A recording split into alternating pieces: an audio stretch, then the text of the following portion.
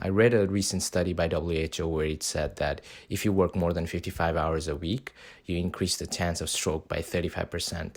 And I think on average, all the international students around here, they work around, I would say, 80 to 100 hours a week. I know it's crazy. Full-time hours is 37.5 to 40 hours. It's like having 2 full-time jobs. Namaste and welcome everybody. I hope you guys are doing okay and staying hydrated. I was gone for a while. I'm back. I was kind of busy, but hope you guys are doing okay. I hope you're taking care of your parents as well. Make sure to check up on your loved ones as well. That's really important. It's November right now, and it's already starting to snow here, which is a little bit crazy. It hasn't happened in past 3-4 years. I think it's not normal. We are kind of expecting a harsh winter, but we'll see what happens. But a lot of you guys have been sending a lot of messages, a lot of comments. I'm so sorry. I tried my best, but it's just too many texts and it's all the same questions and I cannot repeat the answers again and again. On this video, I'm tackling the most asked question, which is like, is it possible to manage university fee while doing a part-time job as an international student? There were different versions of the same question. Somebody asked, is it hard to sustain there? Is it hard?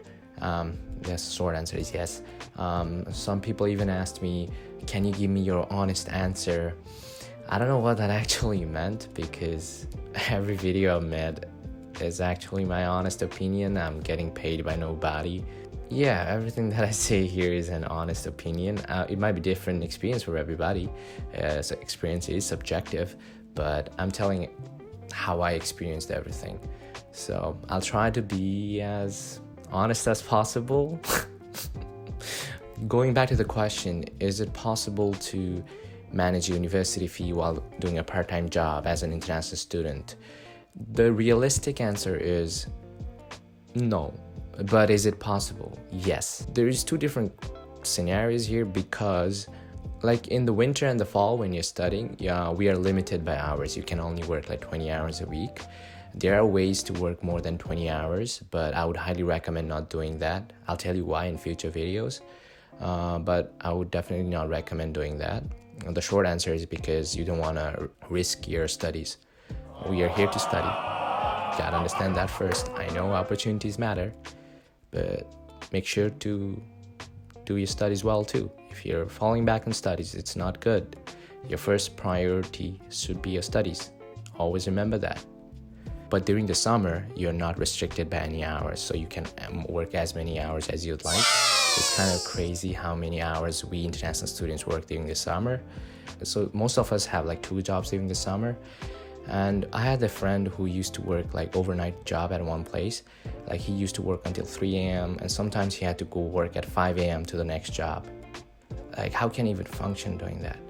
But you know what, at the end of the day, that's the reality we face. But yeah, in the summer you can definitely work.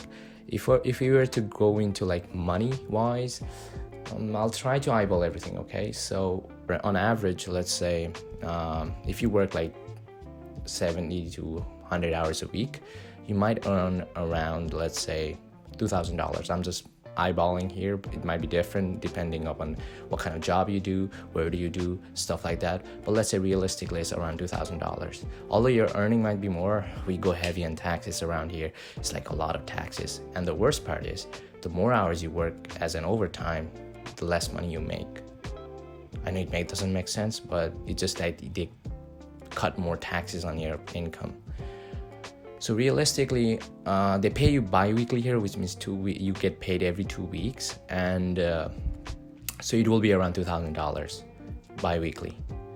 If we were to do the maths, 2 and bi-weekly, and that would be 4 months, 4 into 2, 8 weeks, and that would be in 4 months you might make around $16,000. So realistically, in 4 months, you'll be making $16,000. But you have expenses as well, rent and utilities. Let's say you pay around $650 per month. That would be in 4 months, $2,600. And you have a groceries, let's say per month you spend around $250. I know that's a little bit low. Realistically, for an average person, it will be $250. Then in 4 months, it's gonna be around $1,000. And let's say every month you spend around $100 for your own expenses, like you just spend something, and that would be another $400. So if you were to have your $16,000 and subtract it with everything, that would make you around let's say $12,000 in savings. And your per semester your fees are around $8,000 something. That would lead you to like $3,000-4,000 for the next semester. So that's typical earning for everybody around here. So as you can see, you still have some amount of money need to be paid for the next semester, but if you manage it quite well, you can do it. So in the summer, you have to work crazy hours, and I don't want to scare you or anything by saying that you have to work 80-100 hours a week. Trust me, it's gonna be not fun, but you'll be fine. Like, everybody's been doing it, so you should be good. What I do not recommend is carrying that working hours in the fall and the winter when you're studying too. Make sure to save enough so that you don't have to work as many hours in the winter and the fall. The short answer is yes, you can. Although it might be it might be a little bit tough. Yes, you can. And don't worry, you'll be fine. Thank you for watching the video. Please make sure to like, comment, and subscribe. If you have any questions, I'll try to make one video where I just answer a bunch of your questions. So if you have any questions, just post in the comments below, and I'll try to answer it in one video, in a long video, and you can have all the questions you can. Questions regarding lifestyle, life here in Canada, your tuition, everything, anything. But apart from that, best of luck. For those who are still in their applying process, you'll do fine.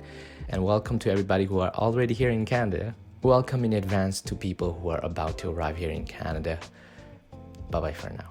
Take care, stay hydrated, and I'll be back.